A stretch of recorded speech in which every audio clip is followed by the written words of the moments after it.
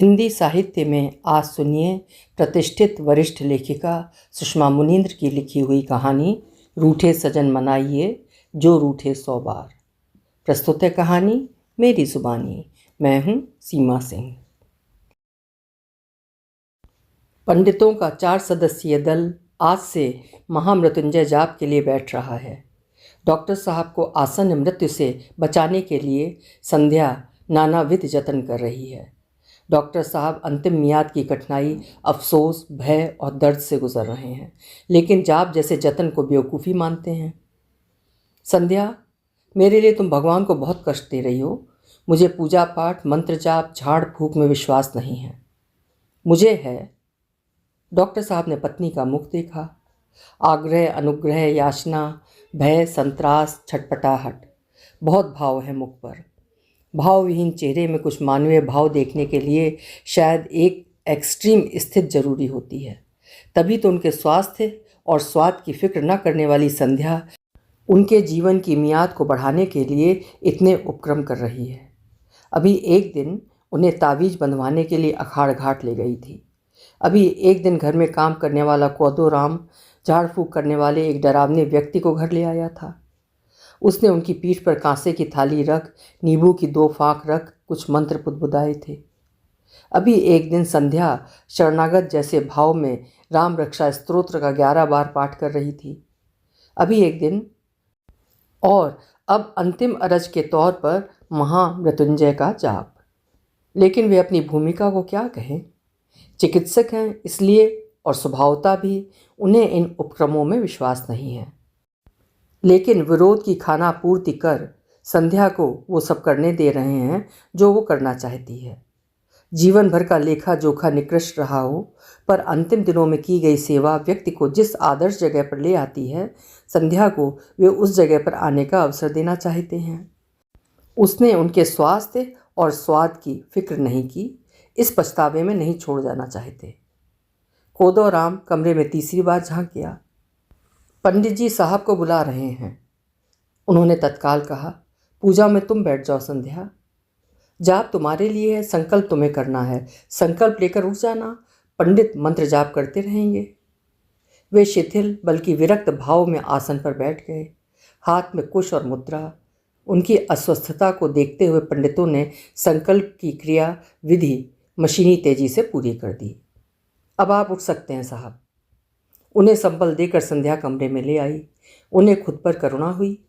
राज्य सरकार और रेड क्रॉस संस्था से पुरस्कृत प्रतिष्ठित गैस्ट्रो एंट्रोलॉजर डॉक्टर राम कन्हाई शुक्ल किस तरह एक कमरे बल्कि बिस्तर पर सिमट सिकुड़ गए हैं। बिस्तर की चादर ठीक करते हुए संध्या कहने लगी, कहो तो आनंद मोहन को बुला लूँ? अमेरिका से बार बार आना इतना आसान नहीं है संध्या। 6 महीने पहले ही आया था। मैं जानता हूँ डॉक्टर की व्यस्तता क्या होती है, मोबाइल पर बात करता रहता है। चाहता तो यहाँ सेटल होता, कार्डियोलॉजी के स्पेशलाइजेशन के लिए अमेरिका गया, वहीं का हो गया। वे नहीं कहना चाहते, तुम्हारे कलह प्रिय व्यवहार से उसने परख लिया था, यहाँ तुम ना उसे सुख से रहने दोगी ना उसकी विदेशी पत्नी को। वहाँ से अच्छा नाम दाम मिल रहा है। हम अकेले, इतनी व्यस्तता रही, हम दोनों को अकेले रहने का, छोटे छोटे सुख महसूस करने का मौका नहीं मिला। अकेलापन और तुम्हारा साथ अच्छा लग रहा है। संध्या कह नहीं सकी, जबकि जानते हो मुझे तुम्हारा साथ कभी अच्छा नहीं लगा। जानती हो इन दिनों क्या सोचता हूँ?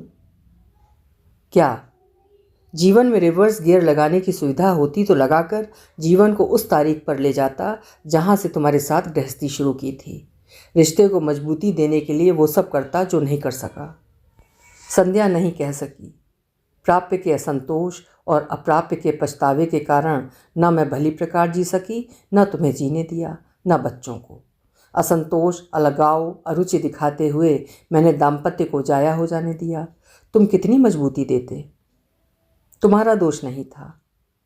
मैं तुम्हें अच्छा साथ और समय नहीं दे पाया, इसे अपना दोष मानता हूँ। और ये कद तो यार फिर बढ़ाए ना बढ़ा, लेकिन इसे मैं अपना दोष नहीं मानता हूँ। वे हंस रहे हैं। उन्हें हंसता देख संध्या का दिल भर आया। बात ही ऐसी करते हैं। अच्छी बातें सोचा करो। उन्होंने भर आंख संध्या को देखा। इसकी जिस नज़र में ऐसी धार होती थी कि वे खुद को जुबह होता पाते थे, कैसी नरम हो गई है। कभी वे कहा करते थे, संध्या अच्छी बातें सोचा करो। ये कहती थी मुझे नाटकबाजी नहीं आती, जबकि नाटकबाजी इसने डे 1 से की।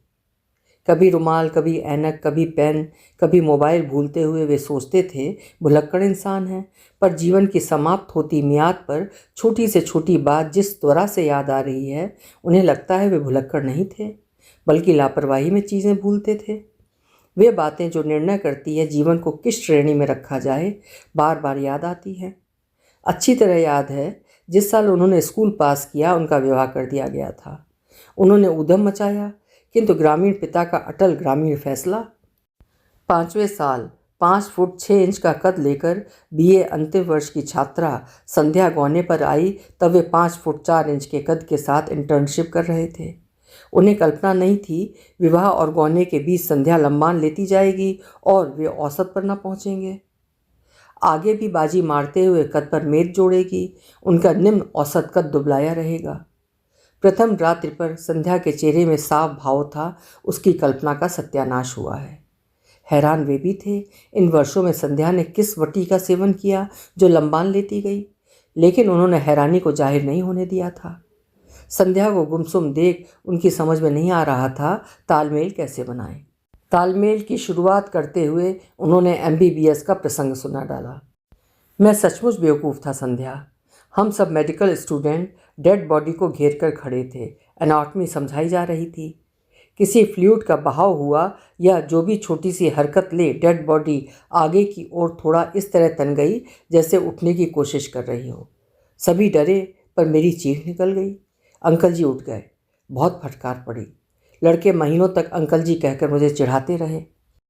तालमेल को विफल करते हुए संध्या ने कहा, मैं आपसे लंबी हूँ, इसमें मेरी क्या गलती? आपके घर की महिलाएं हंसी उड़ा रही हैं। बेमेल कद को लेकर गांव में फुसफुसाहटें हुई थीं, शहर में भी प्रश्न होते रहे हैं। संध्या कसमसा जाती। वे हंसकर कहते, जब शादी हुई मैं संध्या से ऊंचा था। हंसते हुए बोले, मैं उतना ही रह गया, ये विकास कर आगे निकल गई। और वे ठाका मार के हंसे। उन्हें हंसते देखकर संध्या का अलगाव बढ़ जाता, मानो कहना चाहती हो ये हंसने की नहीं शर्म की बात है।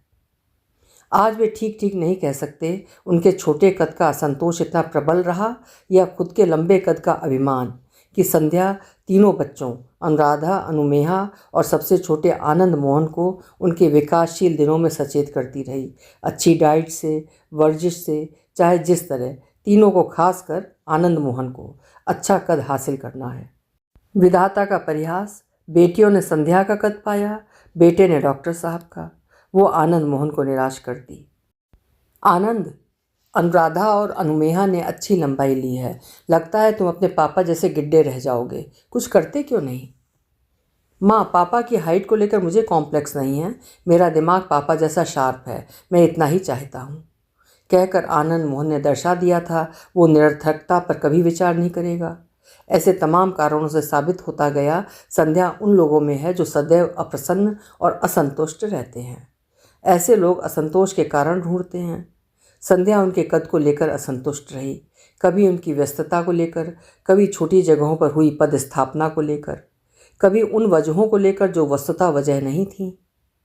उन्हें याद है वे विंध्य अंचल के कस्बे में पदस्थ थे, बघेली भाषा नहीं समझ पाते थे। दूर देहात से एक युवक और उसकी वृद्ध माँ निठाल अवस्था में आए थे।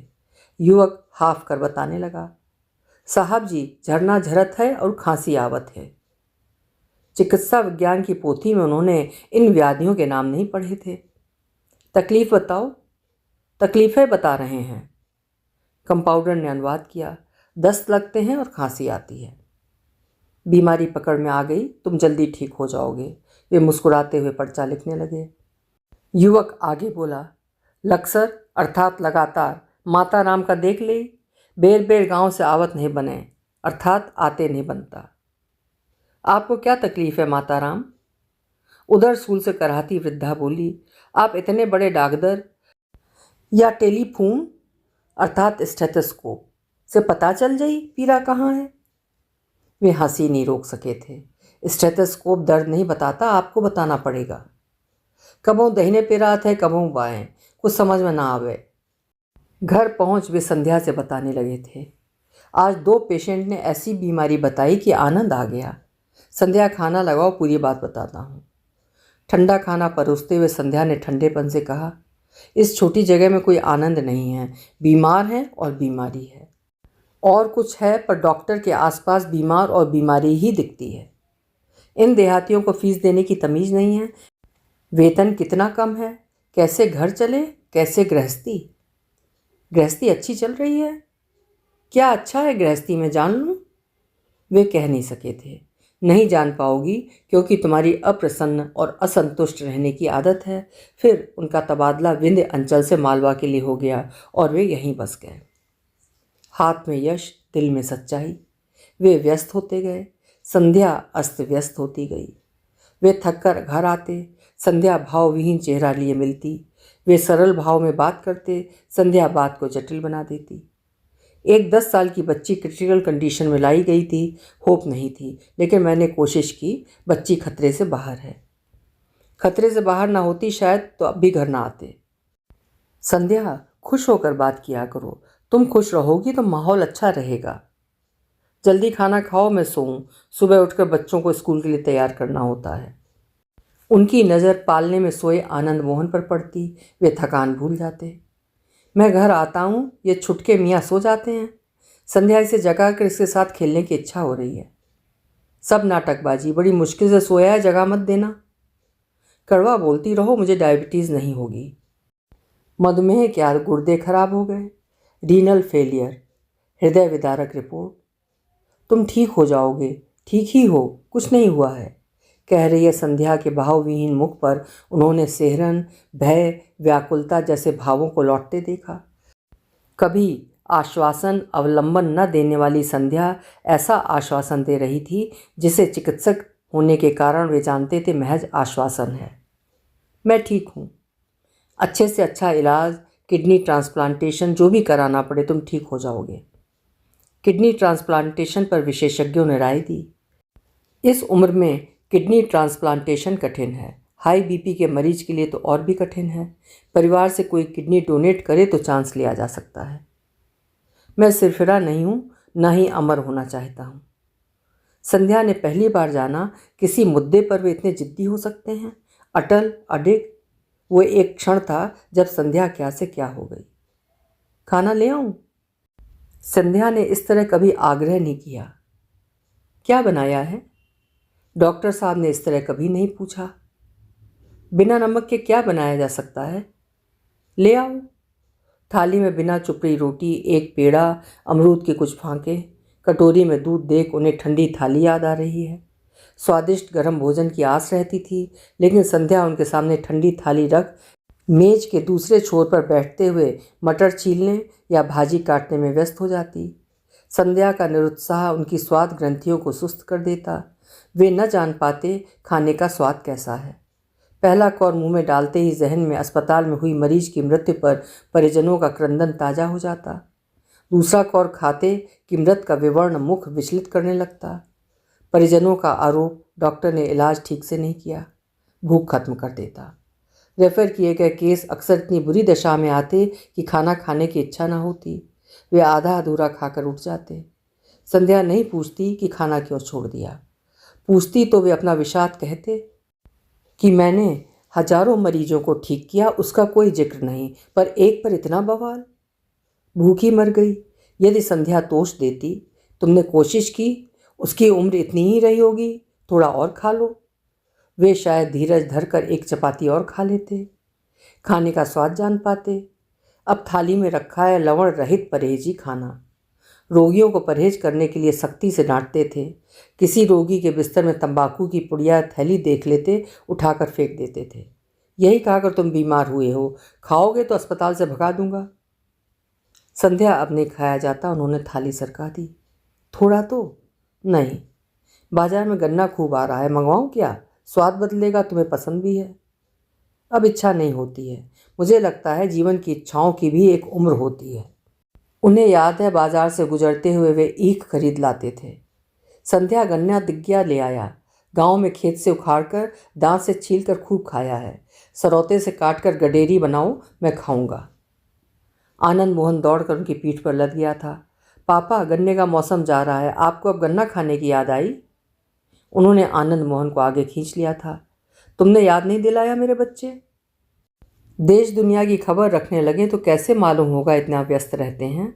सब नाटकबाजी, कहकर संध्या ने मानो प्रदर्शित किया था वो उन्हें नापसंद करते करते कितना नापसंद करने लगी है।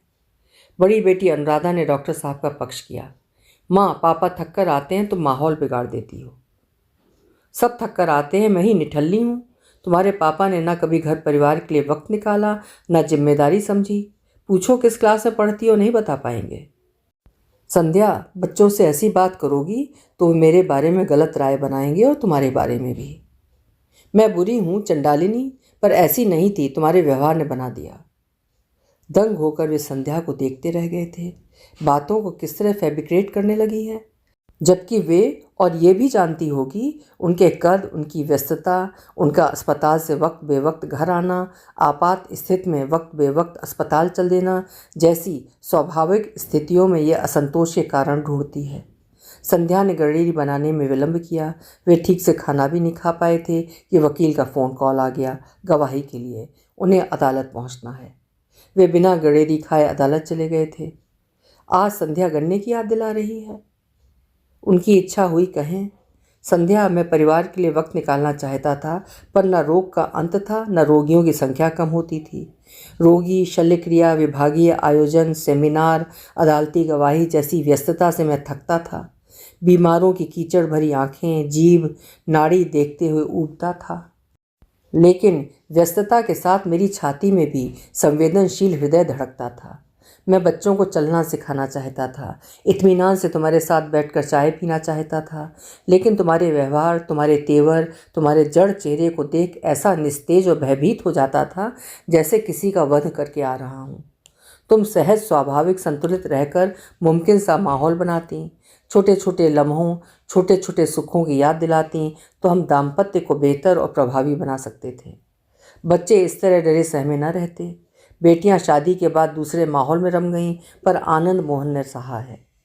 छोटे कद के अपराध में तुमने उसे बरी नहीं किया कि छोटा कद पुरुषों के व्यक्तित्व की कितनी बड़ी कमी है। वो निराश रहने लगा था, इसीलिए मैं उसके प्रति दयालु होता गया।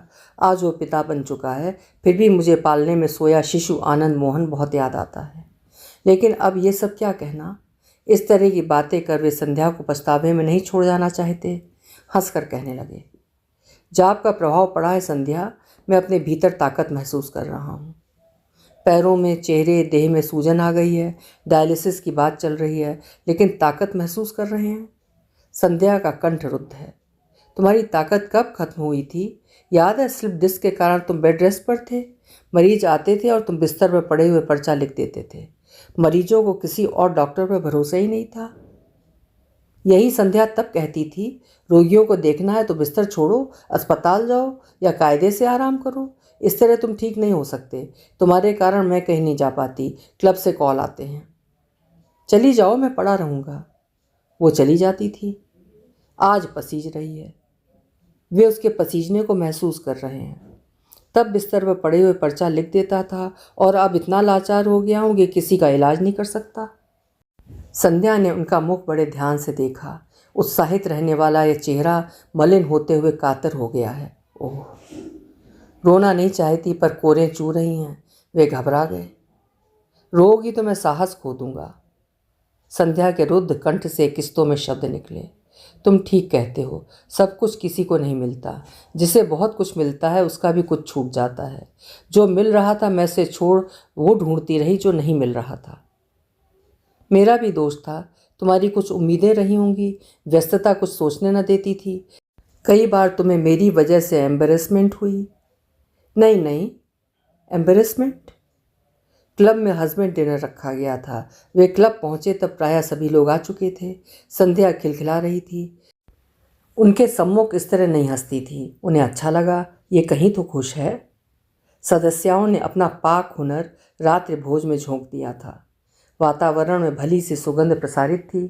उन्हें तेज भूख लगाई। इच्छा हुई झपट कर गवारों की तरह खाने लगें, लेकिन शिष्टाचार बड़ी चीज़ है। क्लब की ये खाई अघाई सदस्याएं तो शिष्टाचार को इस सीमा तक दिखाती हैं कि बनावटी लगने लगता है। यहाँ कुतर कुतर कर धीरे धीरे सलीके से खाना पड़ेगा। वे उपस्थित पतियों से घुलने मिलने की कोशिश करने लगे। गेम्स चल रहे थे, पतियों को बाजी मारनी थी। खाना शुरू होने से पहले अस्पताल के 2 कर्मचारी उन्हें ढूंढते हुए आ गए। उन दिनों सीधे संपर्क के लिए सेल फोन नहीं था। उनके घर के टेलीफोन पर कॉल किया गया, कॉल रिसीव नहीं हुआ। 2 कर्मचारी उनके घर भेजे गए। पड़ोस में मालूम हुआ क्लब में आयोजन है। क्लब पहुंच कर्मचारियों ने बताया, जहरीली शराब पीने से बीमार हुए एक गांव के लोग बड़ी संख्या में अस्पताल लाए गए हैं। हाउसी कंडक्ट कर रही संध्या को सूचित कर उपस्थित लोगों से क्षमा मांग वे तत्काल चल दिए। संध्या को सदस्यों ने दया भाव से देखा। संध्या का चेहरा तेज सेहरन लेकर खिंच गया। डॉक्टर साहब के सौजन्य से झुग्गी झोपड़ी बस्तियों स्कूली बच्चों का मुफ्त स्वास्थ्य परीक्षण कराते, दवाई वितरण कराते, बाल रोग, मातृ शिशु मृत्यु दर, स्तनपान, बालिका व्यक्तित्व विकास जैसे विषयों पर संगोष्ठी कराते। डॉक्टर साहब से सुनी बीमारी की जानकारियों को आधार बना अच्छे प्रासंगिक भाषण देते। क्लब की सामाजिक गतिविधियों में यश बटोरते। क्लब की सदस्य से विभिन्न पदों पर होते हुए अध्यक्ष पद की जिस गरिमा पर वो पहुंची है उसे निरस्त कर डॉक्टर साहब अस्पताल रवाना हो गए। हस्बैंड डिनर का प्रस्ताव उसी का था और उसके पति ने महत्व न समझा। उसने विषाद और वैमनस्य से छिपाने की कोशिश की लेकिन छिपा न सकी। डॉक्टर साहब सुबह घर लौटे थे। बार बार बेल बजाने पर संध्या ने इस भाव से द्वार खोला था कि खोलना नहीं चाहती थी। संध्या, काम ही ऐसा। संध्या रिसा कर शयन कक्ष में चली गई। वे पीछे। एक गांव के लोगों ने बारात में जहरीली शराब पी ली। 50-60 मरीज भर्ती हैं। अस्पताल में अफरा तफरी है। पेट दर्द, उल्टी, सलाइन, स्टमक वॉश। रात भर कोई डॉक्टर नहीं सोया। मैंने कैसा फील किया, मेरी पोजीशन क्या हुई, सोचते हो कभी? व्यस्तता के कारण सचमुच नहीं सोच पाता। तुम्हारी व्यस्तता ने मेरी जिंदगी नरक बना दी है। संध्या की नज़र में जो धार थी उन्हें लगा वे जिबह हो रहे हैं।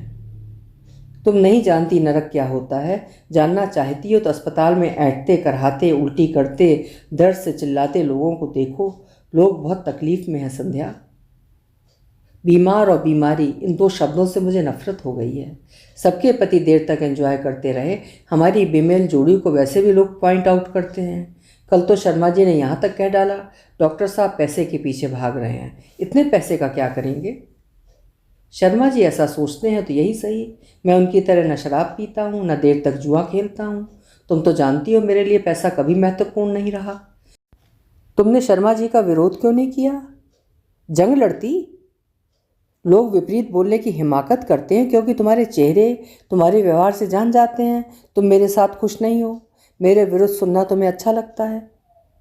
मैं बुरी हूँ, चंडालिनी, लेकिन बार बार कहूँगी तुम अस्पताल के अलावा किसी से मतलब नहीं रखते, न परिवार से न समाज से। मैंने भी बार बार कहा, आज फिर कहता हूँ, सुबह से रात तक मरीजों की कीचड़ भरी आँखें, जीभ, नाड़ी देखना अच्छा नहीं लगता। ऊबता हूँ, थकता हूँ, झुंझलाहट होती है, पर मैं डॉक्टर हूँ। लोगों को मरने के लिए कभी नहीं छोड़ सकता। रात को बहुत भूख लगी थी, सोचा किसी को घर भेज कर गर्म दूध मंगवा लूँ, पर तुम क्या रिएक्ट करोगी सोच कर नहीं मंगवाया। तुम्हारे फरमान पूरे करने के लिए ही यहाँ हूँ, बाकी तो किसी को मेरी ज़रूरत नहीं है, न तुम्हें न बच्चों को। भड़कना उखड़ना उनका स्वभाव नहीं, वे नरम पड़ गए। मुझे तुम्हारी ज़रूरत है संध्या, अपने कपड़े धुलवाने, खाना बनवाने या दरवाज़ा खोलने के लिए नहीं, बल्कि तुम हो इसलिए मैं निश्चिंत रहता हूँ। लगता है सब ठीक चल रहा है। घर आऊँ और तुम ना मिलो तो कमी सी लगती है। मैं बेवकूफ़ नहीं हूँ जो तुम्हारी बातों में आ जाऊँगी। जीवन ऐसे ही चलता है संध्या, कमी और पूर्ति के साथ, छोटे छोटे सुख और तकलीफ़ों के साथ। पर लोग जो मिल रहा है उसे छोड़ वो ढूंढते हैं जो नहीं मिल रहा है। एक दिन जीवन ख़त्म हो जाता है। जीवन सचमुच ख़त्म होने जा रहा है। डॉक्टर साहब उसी अस्पताल में भर्ती किए गए हैं जहां इतने सालों तक सेवा दी है। संध्या ने उनके मना करने के बावजूद अनुराधा और अनमेहा को बुला लिया है। बेटियां कुछ अच्छी बात कर उनके अंतिम क्षणों को थोड़ा आरामदेह बना देना चाहती हैं। अनुराधा कहने लगी, पापा आपको याद है हम लोग गैंगटॉक गए थे? वो हमारे जीवन की सबसे अच्छी ट्रिप थी। उतना मज़ा फिर कभी नहीं आया। उन्होंने स्नेह से अनुराधा को देखा। बेटियां वस्तुतः स्नेही होती हैं। वे बोले, हाँ हाँ, दिनों बाद हम लोगों ने एक साथ काफ़ी अच्छा समय बिताया था। बहुत अच्छा लगा था। तुम्हें याद है संध्या? संध्या खुद को कटघरे में पाती है। क्लब की सदस्याएं उपलब्धि की तरह बताती थीं पर्यटन पर कहाँ कहाँ गई हैं। उसने जिद कर ली थी। वे सबको लेकर गैंगटॉक गए थे। बच्चे खुश थे। डॉक्टर साहब ने माना था साल में कम से कम एक बार परिवार को यह अवसर मिलना चाहिए। वे प्रसन्नचित्त लौटे थे, लेकिन अस्पताल में नील का खाली बेड देखकर निराश हो गए। वे जब भी राउंड पर आते नील पूछता था, अंकल मैं स्कूल कब जाऊंगा, बहुत कोर्स हो गया है। तुम जल्दी स्कूल जाओगे बच्चे? जानते थे उसकी आंतों में संक्रमण फैल चुका है, कभी पाठशाला नहीं जा सकेगा। लेकिन नहीं जानते थे उनके लौटने के 2 दिन पहले अचानक उसकी तबीयत बिगड़ेगी और वो नहीं बचेगा। पछतावा तारी हो गया था। वे यहाँ होते तो शायद बच्चा कुछ दिन और संतोष रहता। उन्होंने कोशिश की। घर पहुँचे तो संघात से उनका चेहरा स्याह हो रहा था। कारण सुनकर अनुमेहा दयाद्र हो गई थी। पापा आप यहाँ होते तो नील सरवाइव कर लेता। बहुत प्यारा बच्चा था। संध्या को लगा वो दोषी ठहराई जा रही है। उत्तेजित हो गई। बच्चा मर गया, बुरा हुआ, पर हम लोग क्या काला पानी की सज़ा भोग रहे हैं जो कुछ दिन के लिए शहर छोड़कर नहीं जा सकते? मैं देख रही थी गैंगटॉक में तुम्हारा मन नहीं लग रहा था। तुम्हें घर परिवार के फेर में नहीं पड़ना था। वे चाहते थे संध्या कंसोल करे, उम्मीद दे, लेकिन ये ऐसी संवेदनहीन जन्म से है या कब से हो गई कि एक बच्चे के मरने का इसे अफसोस नहीं होता। संध्या तुम मरने वाले के चेहरे का भय और यातना देख लो तो अपनी निजी जिंदगी से अलग कुछ सोचोगी। अस्पताल मेरे घर में घुस आया है। बीमार और बीमारी सुनकर मैं बीमार हो जाऊंगी और किसी दिन अकाल मर जाऊंगी। संध्या का श्राप जैसे उन्हें लग गया है। अंतिम वक्त उनके ठीक सामने है। डायलिसिस की थकान और शिथिलता के बावजूद ये वक्त बेटियों के साथ बातें कर गुजारना चाहते हैं। अनुमेहा तुम्हें याद है मैंने मासूम मूवी कहाँ देखी थी? अनुमेहा बोली, आप किसी सेमिनार में दिल्ली गए थे, वहाँ देखी थी। सेमिनार में एक शाम खाली मिल गई। हम कुछ डॉक्टर पास वाले थिएटर में चले गए। मासूम लगी थी, देख ली। उसमें एक गाना बहुत अच्छा लगा है, तुझ पर नाराज नहीं जिंदगी हैरान हूँ मैं। कुछ गाने बहुत टची होते हैं। संध्या सहम रही है। कितनी और कहाँ कहाँ की बातें याद कर रहे हैं। कहीं ये बुझते दीपक की लौ का भभकना। उसे याद है डॉक्टर साहब दिल्ली से लौटे थे। संध्या मेरे साथ विचित्रता होती रहती है। यहाँ समय नहीं निकाल पाता और वहाँ खाली समय का फ़ायदा उठाकर हम कुछ डॉक्टर मासूम देखने चल दिए। अनुराधा हंसने लगी थी। पापा हम स्टूडेंट्स की तरह आप भी चोरी से मूवी देखते हैं। संध्या की विपरीत बोलने की आदत पुख्ता हो चली थी। वहाँ मूवी देखने का समय मिल गया और यहाँ जरूरी काम के लिए भी समय नहीं मिलता, सब नाटकबाजी। अनुराधा ने आपत्ति की थी। माँ तुम हरदम माहौल बिगाड़ती हो, ऐसे लोगों को कोई पसंद नहीं करता। संध्या को लगने लगा था घर में षड्यंत्र रचा जाने लगा है, कुचक्र। बच्चे डॉक्टर साहब के पक्ष में चले गए हैं। अनुराधा अपनी टोन संभालो। अनुराधा कुछ कहती लेकिन डॉक्टर साहब के संकेत पर चुप रही। घर का माहौल बिगड़ता गया। उस सर्वसंपन्न घर में ठंडापन, सन्नाटा, घुटन बढ़ती गई। सदस्य चुप रहने लगे। काम की बातें पूछी जाती, संक्षिप्त उत्तर दिए जाते, फिर घर खाली होता गया।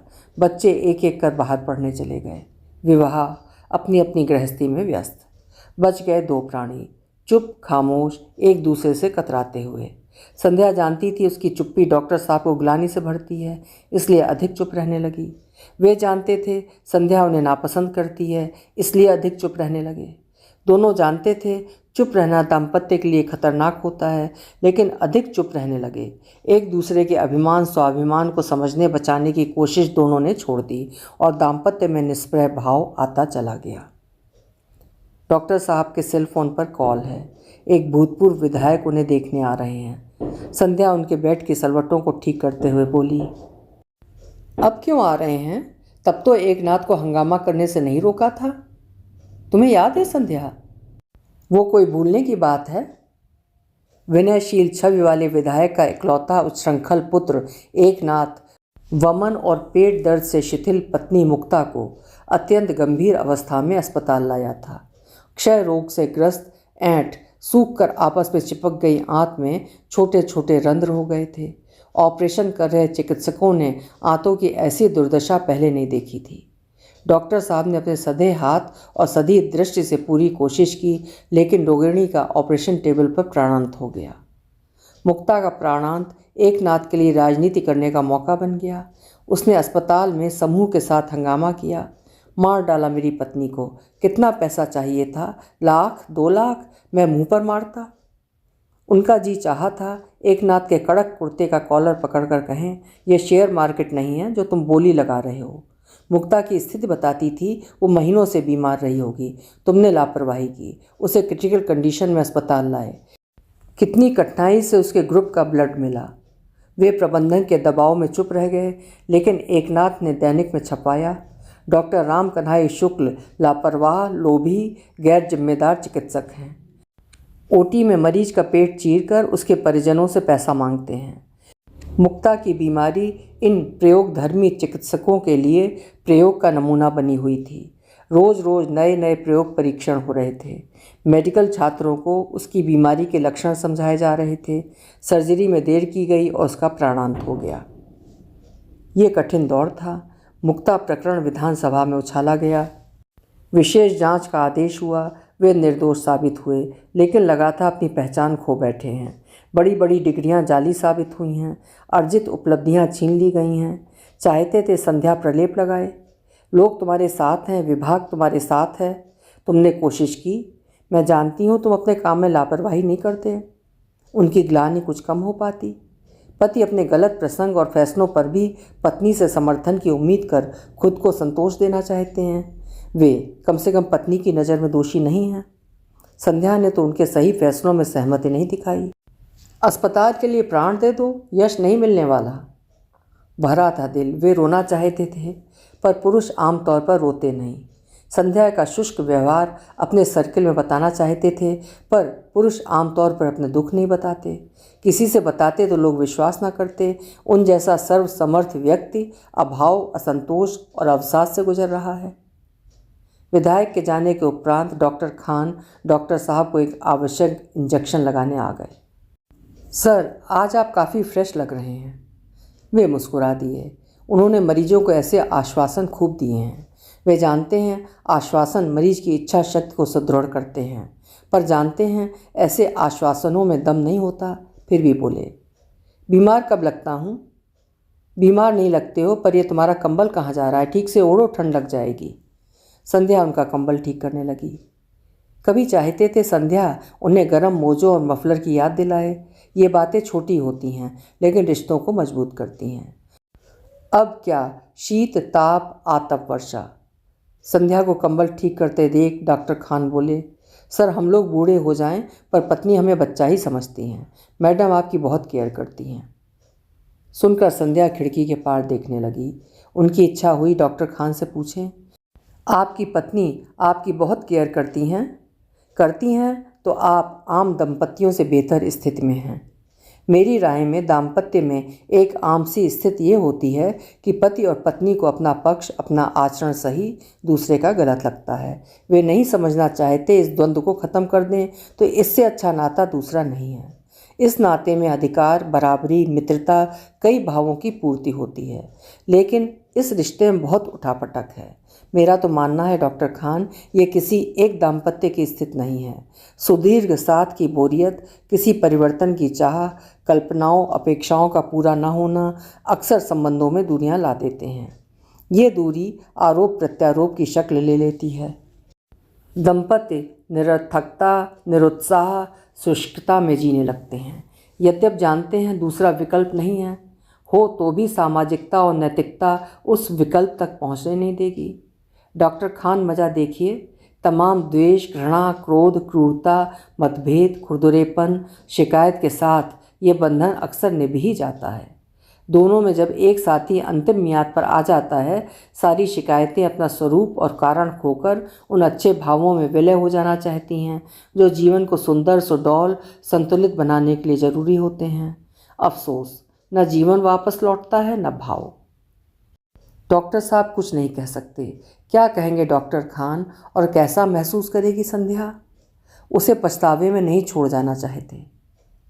अंतिम मियाद पर डॉक्टर साहब, डायलिसिस कक्ष में आवंटित रूम तक स्ट्रेचर पर लाए ले जाए जाते हैं, शिथिल, थके और चुप। लेकिन आज क्या हुआ? इस तरह बोलने लगे मानो फिर बोलना हो ना हो। जानती हो संध्या, अब मैं क्या सोचने लगा हूँ? क्या? बहुत कुछ कहने से रह गया, बहुत कुछ करने से रह गया। जैसे अब तक जो किया उसकी पूर्व तैयारी थी जो करने से रह गया है। बहुत सी छोटी छोटी इच्छाएं जो बड़े काम करने की व्यस्तता में दब गईं, मन के किसी कोने में आज भी मौजूद हैं। मैंने न मौसम का आना जाना देखा, न आसमान के रंग देखे, गृहस्थ होकर भी परिवार का पूरा सुख न उठा सका, बच्चों के साथ जी भर खेल न सका, और अब जब रिटायरमेंट की फुर्सत मिली, ये बीमारी साथ लग गई। प्रकृति की टर्म्स एंड कंडीशंस बहुत विचित्र हैं। संध्या, तुम्हें नहीं लगता जिंदगी किस तेजी से बीत जाती है? बहक रहे हैं। इतना और इस तरह कभी नहीं बोले। संध्या ने बोलने ही नहीं दिया। उसकी इच्छा हुई शरणागत जैसे भाव में कन्फेशन करे, हाँ, मुझे भली प्रकार जीना नहीं आया। मैं उन लोगों में हूँ जिन्हें अप्रसन्न और असंतुष्ट रहने की आदत होती है। मैं अप्रसन्न और असंतुष्ट रहने के कारण ढूंढती रही। अपने असंतोष और अप्रसन्नता को वाजिब साबित करने के लिए कुतर्क करती रही। तुम्हारा छोटा कद तुम्हारा दोष नहीं था, पर मैं तुम्हारे कद को लेकर असंतुष्ट ही नहीं, लज्जित रही। यही धिक्कार आनंद मोहन के लिए भी रहा। एक कद ही नहीं, तमाम कारणों से मैं बेरुखी और अलगाव बढ़ाती गई। तुम शांत और फिर प्रतिक्रिया विहीन होते गए। मैं मनमानी करने लगी। कभी कभी मैं खुद को गुनहगार भी पाती थी, खुद को दुरुस्त करने का संकल्प करती थी, लेकिन पता नहीं कैसी एलओसी बनती गई दरमियान कि संकल्प संकल्प ही रह गया। सच कहूँ तो तुम्हें सामने देख मुझे पता नहीं क्या हो जाता था। कैसी चिढ़, धुन, निष्क्रियता, अरुचि कि मैं आइसबर्ग बन जाती। खुद को श्रेष्ठ और प्रभावी समझकर मैं स्वयं को कुम्हार का चाक मानती रही। भूल गई चाक एक कील पर टिका होता है। कील नहीं तो चाक का अस्तित्व क्या? आज मन प्राण से स्वीकार करती हूँ, तुम वही कील हो। घर और बाहर मेरी जो भी ताकत और प्रभाव है तुम्हारे कारण है। जब तक तुम हो मेरी ताकत है, प्रभाव है, भले ही बेड पर हो। पत्नी का स्वाभिमान पति ही निभाता है। आगे आनंद मोहन के सहारे अंधकार। आनंद मोहन और उसकी विदेशी पत्नी यहाँ रहने नहीं आएंगे। मैं उनके पास जाना नहीं चाहती, लेकिन आनंद मोहन साफ कहेगा, माँ, तुम्हारी पापा जैसे सच्चे इंसान से जमी नहीं, बहू से क्या बनेगी? तुम ठीक कहते थे, प्राप्य का असंतोष और अप्राप्य का पछतावा ठीक तरह जीने नहीं देता। हाँ, मुझे जीना नहीं आया। न जी भर कर रूठी, न मनाने का तुम्हें अवसर दिया। अब तो मान मनोहार के मौके बहुत पीछे छूट गए हैं। बस सामने है रोने का मौका। रोने का मैं जी भर रो भी नहीं सकती। रोने का अर्थ तुम्हें आभास देना है कि तुम्हारे जीवन की मियाद खत्म। नहीं, मुझे ईश्वर की सत्ता पर भरोसा है। कोदोराम ने बताया है, उसके गांव में देवी का मंदिर है, मुर्गे की बलि देनी पड़ती है। ऐसे मरीज अच्छे हो गए जिनके जीने की आस नहीं थी। मैं वो पूजा करूंगी। वे संध्या को निहार रहे हैं। अकेले हो जाने की आशंका और आनंद मोहन के रहमो करम पर रहने का भय इसके चेहरे पर है। संध्या उन्हें बहुत निरीह, बहुत अकेली लगी। भर आया उनका दिल। ये जैसी भी रही, लेकिन उन्होंने भी मान लिया था इसे बदला नहीं जा सकता। वे निष्प्रह हो गए थे।